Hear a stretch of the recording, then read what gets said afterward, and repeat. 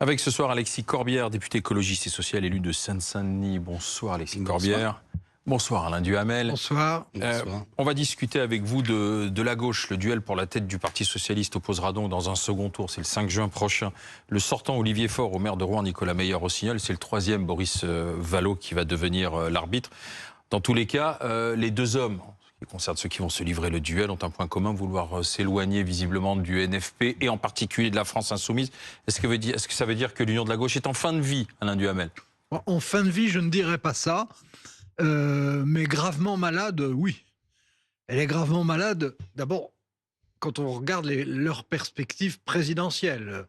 Jean-Luc Mélenchon est absolument déterminé à y aller une quatrième fois. Ça fait un candidat. À côté, on ne sait pas ce que fera à l'arrivée le Parti communiste, parce qu'il a souvent envie d'avoir un candidat.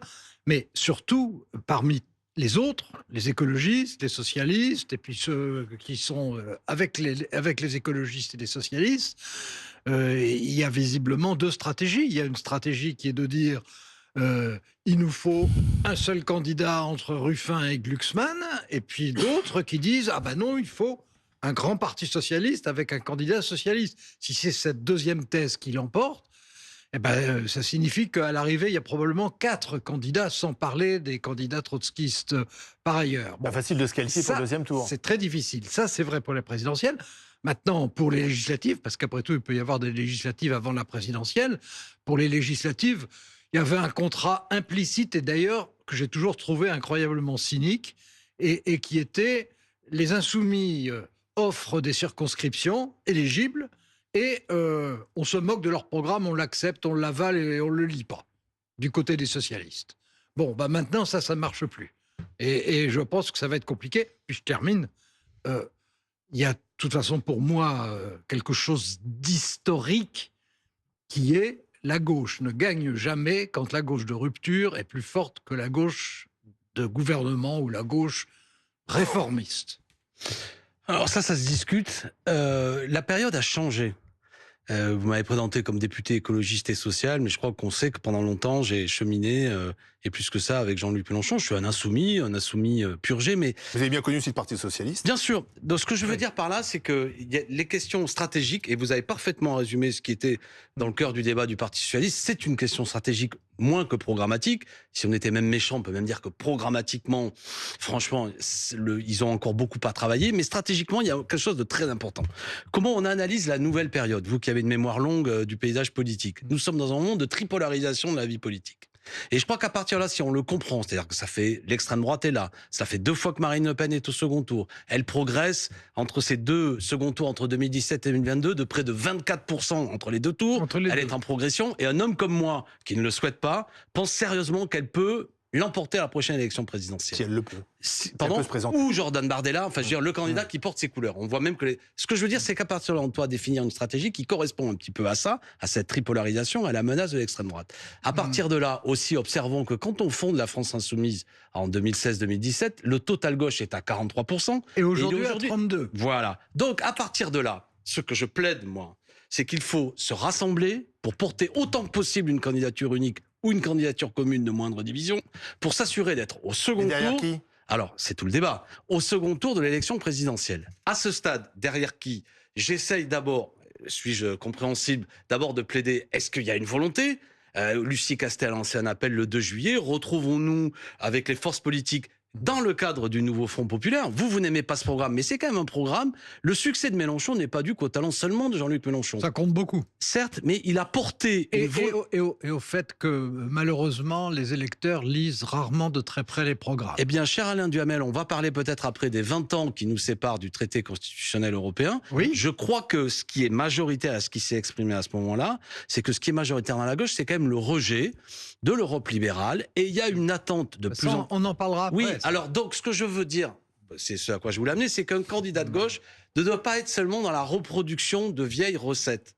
Moi, le débat, réformisme, social-démocratie, gauche de rupture, Franchement, en vérité, je crois que tout le monde aujourd'hui, de gauche, s'accorde à dire qu'il faut que le travail paye mieux et qu'il y a un problème de répartition des richesses, qu'il faut une rupture fiscale, on peut l'appeler révolution fiscale, mais quoi qu'il en soit, il faut sérieusement prendre à bras-le-corps le fait que dans ce pays, des gens ont accumulé des richesses et qu'ils ne sont pas assez sollicités.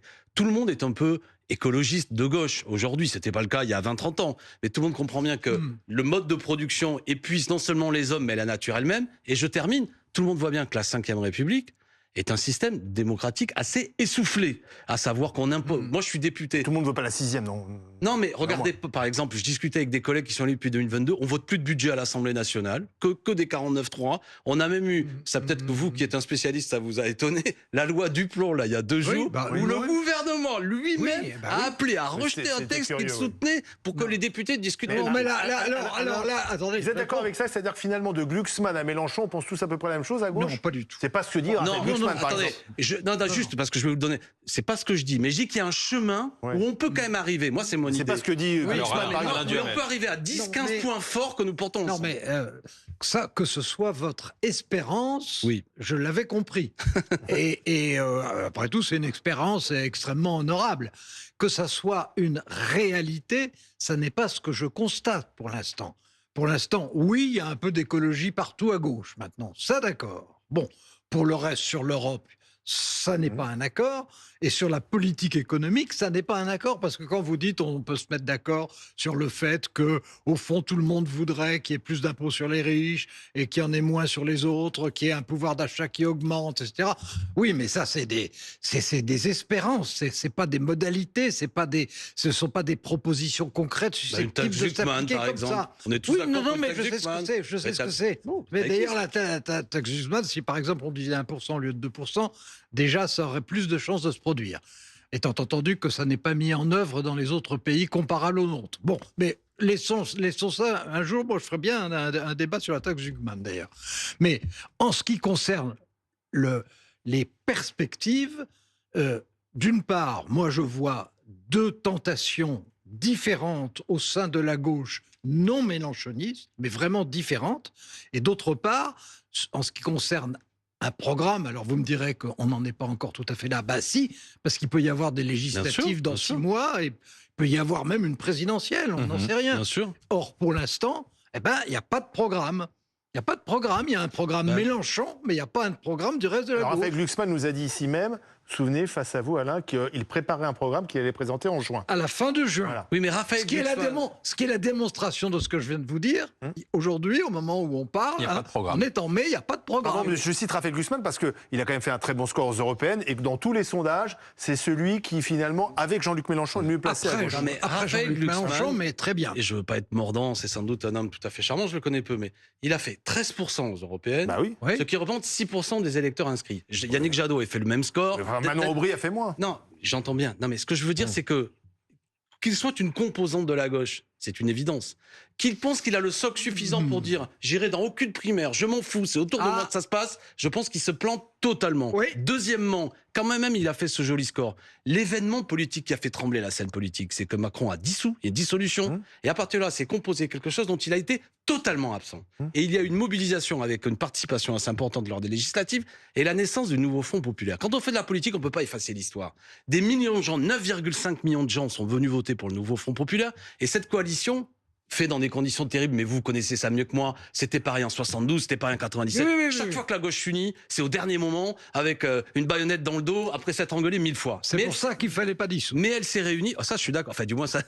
Mais... Emmanuel Macron, finalement, l'avait pas vu ça. Mais oui, non mais l'erreur des... Pourquoi il aurait dû consulter Alain Duhamel. Emmanuel Macron est le père de la NUPES et le père et a manqué de culture, et a manqué de culture politique. Mais c'est pour ça qu'il aurait dû aller voir Alain Duhamel. Tout le monde croit que c'est Jean-Luc Mélenchon le père de la NUPES et le père du nouveau Front populaire. Pas du tout, c'est Emmanuel Macron. Et il a manqué d'une culture politique qui fait que quand l'extrême droite est forte, évidemment que la gauche se rassemble. C'est une évidence. Donc, ce que je veux dire, ce qu'il vous semble impossible à ce stade, et je comprends, vous dites, le Corbière, il est un peu gentil, vous n'arriverez pas à réunir. Non, je ne dis pas gentil, je dis idéaliste. J'entends bien, bon, après tout, c'est pas plus mal. Mais pour vous, c'est pas... Cher Alain Duhamel, ce que je crois, c'est que vous avez objectivement raison, mais peut-être que j'aurais politiquement raison à l'arrivée. Actuellement, vous avez raison, mais les gens de gauche ne voudront pas une division qui ouvre la porte à l'extrême droite. Donc à l'heure actuelle, j'ai l'air d'un homme, je suis pas le seul, qui prêche dans le désert. Vous me dites, Mélenchon, il va y aller, Glucksmann va y aller. Moi, je crois que malgré tout, il faut rationnellement poser la discussion que si nous sommes divisés, il n'y aura pas de candidat de gauche au second tour. Je suis d'accord. Et nous perdrons. Donc ça peut cheminer dans la tête. Mais Alain et Alexis Corbière, il y a l'opinion elle-même, il y a les Français. Oui. Est-ce qu'aujourd'hui, les Français, ils ont une appétence pour la gauche ou pas? Ils ont envie de gauche? Est-ce qu'ils ont envie de gauche? Est-ce qu'ils ont envie d'un président à gauche? On a plutôt l'impression, quand on regarde l'état de l'opinion, qu'elle est à droite aujourd'hui.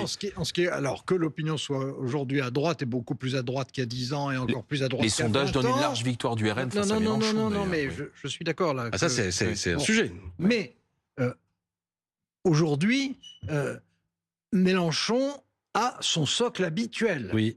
Il a perdu en popularité, mais pour l'instant, en espérance de vote, il est au même socle que les dernières fois. Ce qui n'est pas tellement mal quand on a perdu déjà 3 fois. De continuer à avoir son socle. Et par ailleurs, personne dans le reste de la gauche n'a quelque chose d'équivalent. Bon. Et je répète, parmi les autres, il y a ceux qui sont... Alors, vous êtes cohérents.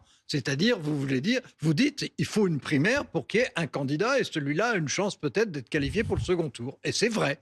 Mais il se trouve que parmi les gens de gauche, il y a ceux qui sont d'accord pour une primaire et ceux qui ne le sont pas. Oui. Et que l'ennui est que celui qui l'est le moins de tous, c'est Raphaël Glucksmann, qui est lui-même un bon candidat et qui refuse la primaire. Oui. Résultat, vous avez théoriquement raison et vous avez politiquement tort. En tout cas, au stade où on en est aujourd'hui. Au stade où on en est, tout à fait. La politique, c'est une dynamique. Au stade où on en est, j'entends que ce que je dis a l'air d'être une planante.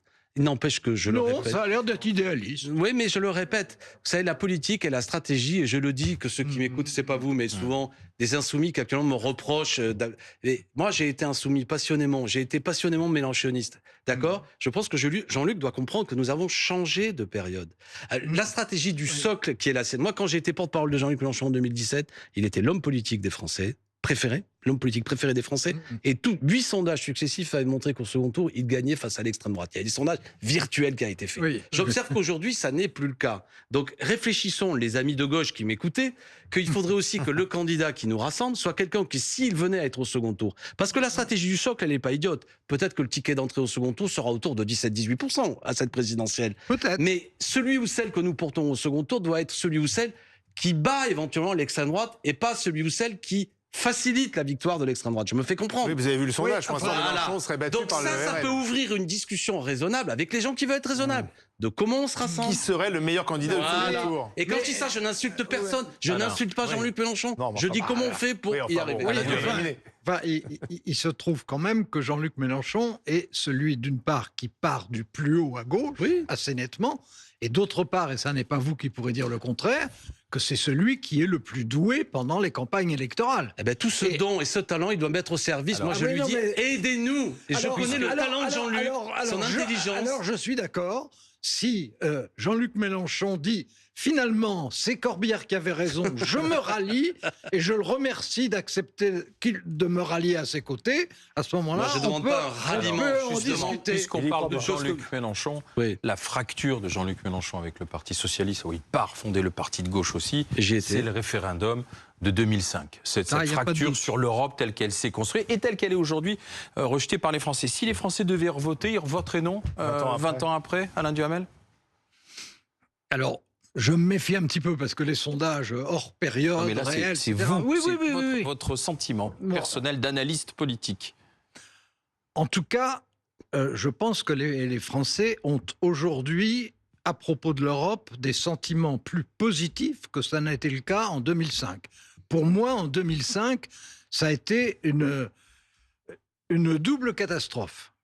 Ça a été une catastrophe démocratique, parce que les Français ont voté d'une certaine manière et que les gouvernements ont agi de la manière opposée ensuite, comme si les Français n'avaient pas voté, et que ça a créé entre les Français, et non pas un homme, mais la représentation politique, un énorme fossé que je considère comme peut-être la chose, après le Rassemblement national, la plus dangereuse en ce moment. Et ça a été aussi, selon moi, Alors je suis peut-être minoritaire quand je dis ça, mais selon moi, ça a été aussi une catastrophe pour l'Europe, parce que ce qu'on proposait, qui était d'ailleurs assez largement d'origine française, qui a été très mal présenté, très mal défendu, avec une campagne épouvantable de Jacques Chirac, etc. Mais c'est comme ça. Ce qu'on présentait, non seulement aurait fait avancer beaucoup de choses, et dans un sens que souhaitaient théoriquement les gouvernements français depuis très longtemps, mais en plus aurait fortifié l'Europe. Et aujourd'hui, on se rend compte à quel point l'Europe est trop faible par rapport à Poutine, mais si, par rapport à Poutine, trop faible par rapport aux Chinois, et dramatiquement trop faible par rapport à Bush. Et que, bien entendu, il aurait fallu d'une Europe renforcée en face de Bush, en face de Poutine et en face de la Chine, qui est, au bout du compte, probablement le plus menaçant des trois. Non, mais bon. 20 ans après, Alexis Corbière. Alain Duhamel est très favorable à l'Europe. Moi, je suis plus critique. Ce qui avait été le débat il y a 20 ans. Est-ce que les Français en voteraient non? Parce que c'est la Alors question. moi, je crois, premièrement, je vais répondre que le taux de participation a été très fort à ce référendum. Ça a été un grand moment de politisation. Oui, Et le texte était ingrat, mais les gens avaient lu. Je crois que ce qui s'est... Avait lu, n'exagérons pas. Non, mais avait une idée. Non, mais je veux dire, on avait quand même... moi, j'avais mené campagne. Alain Duhamel, on avait mené campagne, les articles à la main, quand même. Ben, je veux dire, même si le texte était... Ceux qui menaient campagne, vous avez tout à fait raison. Non, mais ceux qui votaient... Oui, mais non, mais je veux dire, c'est pas. Les Français, en tout cas, c'était intéressé. Le pays s'est politisé, franchement. Oui, il s'est mobilisé. Ça, c'est mobilisé. Et ce que je veux dire, c'est que je crois, ce qui était l'argument fort qu'on portait à l'époque, était notamment le fait que ce texte constitutionnalisait la concurrence libre et non faussée. Moi, je pense que c'est acquis encore très majoritairement aujourd'hui à gauche que les gens ne veulent pas de l'ultralibéralisme dont ils voient les conséquences, de la toute concurrence. Donc, il y a un rapport, et parfois les partisans du oui avaient un rapport un peu naïf. Si vous êtes contre ce texte, c'est que vous êtes contre l'Europe, vous êtes des nationalistes, etc. Je pense que... à l'époque, chez certains adversaires du oui, c'était le cas. Pas chez tous, mais chez certains adversaires, oui. Bon, bref, moi, ce que je crois, alors c'est difficile à refaire, c'est que précisément ce que je disais tout à l'heure, si aujourd'hui, et c'était ce dont se désespérait Alain Duhamel, si toutefois la gauche aujourd'hui, celui qui est arrivé nettement en tête à l'élection présidentielle, c'est qu'il est quand même un enfant du non de 2005. Ah oui. Et je crois que ce clivage n'a pas disparu. Il est même le visage du non. Voilà, le visage du non. Donc c'est la preuve que tout ça n'est pas terminé. Et c'est pourquoi ceux que j'invite, je fais le lien avec les discussions tout à l'heure, c'est qu'il faut que nous nous rassemblions sur quand même une critique de cette Europe. Ça ne veut pas dire une critique moi, je suis favorable à des solidarités européennes, bien évidemment, mais il y a un modèle quand même qui est essoufflé, c'est le moins qu'on puisse dire, et qui a eu des pas conséquences. Assez renforcé. Oui, mais qui a eu quand même des conséquences. On a désindustrialisé le pays, on a quand même organisé des concurrences. C'est pas l'Europe. Ça n'est pas l'Europe parce que pendant que nous nous désindustrialisons, les Allemands s'industrialisaient davantage. Donc c'est pas l'Europe, c'est nous. Oui, mais c'est les politiques économiques qu'on menait. Mais on ne peut pas dire que l'Allemagne s'est désindustrialisée pendant cette période européenne. Elle a cessé que de s'industrialiser l'opportunité davantage. que nous, on a vue en France a été souvent... Alors c'est vrai qu'il y avait aussi le modèle de l'Organisation mondiale du commerce, mais on a considéré que nous, on allait plutôt se développer dans des services, et on a plutôt organisé des délocalisations au sein même de l'Europe, et on a quand même fabriqué... Ce n'est pas l'Europe, c'est nous qui avons décidé ça. Mais quoi qu'il en soit, moi je pense que ce clivage reste encore présent et qu'on ne peut pas l'effacer. Et puis, vous l'avez pointé, il y a non seulement le débat sur l'Europe, il y a aussi la question démocratique. Mais oui, je peux vous rappeler sûr. 20 ans qu'on consulte plus les Français. On peut vous rappeler avec Olivier simplement un moment de cette campagne de 2005, 20 ans après. Vous vous souvenez de cette une de Paris Match ? Oui. C'est François Hollande et Nicolas Sarkozy. Le chef de la droite et le chef de la gauche, quoi. Voilà, les opposants qui avaient dit aux Français, regardez, est-ce que ça a été terrible, ça ? Oui, c'était effrayant. Oui. Ça n'était pas possible. Pour le symbole, les gens avaient le sentiment qu'ils n'avaient pas le droit de choisir. Oui. Et avant même le vote, et avant même les conséquences du vote, les gens ont eu l'impression que ceux qui avaient une part de pouvoir, ou qui aspiraient à l'avoir, ou qui l'avaient eu et ne l'avaient plus, que tout cela prenaient leurs décisions entre eux. Et donc, quand ils ont eu le sentiment qu'on prenait les décisions, que les puissants prenaient les décisions entre eux, les Français en ont conclu que c'était contre eux. Non, ils étaient habillés exactement mais pareil. Ceci dit, rien ne va. Je reprends pas, mais ils sont tous les deux devenus présidents de la République. C'est peut-être une tragédie française que ceux qui étaient pour le oui c'était aussi, c'est pas vrai. le nom qui a pu diriger depuis 20 ans. Donc c'est quand même symptomatique. On n'a plus le temps. Ce que cela veut dire, c'est que c'est quand même les partisans du oui qui ont réussi à capter, à détourner, selon moi, même à trahir le sens Oui, du mais vote. les Français ont voté pour eux. Ça veut dire, Oui, mais ça veut dire que les Français étaient contre la Constitution européenne, mais n'étaient pas forcément contre ceux qui étaient pour la Je crois pas. Je Constitution pense que ça a européenne. fait exploser la scène politique et aujourd'hui on voit bien ce qu'il en est. Parce que précisément il y avait un problème de représentation politique. Merci Alexis Corbière, merci Alain Duhamel. Dans un instant, le coup de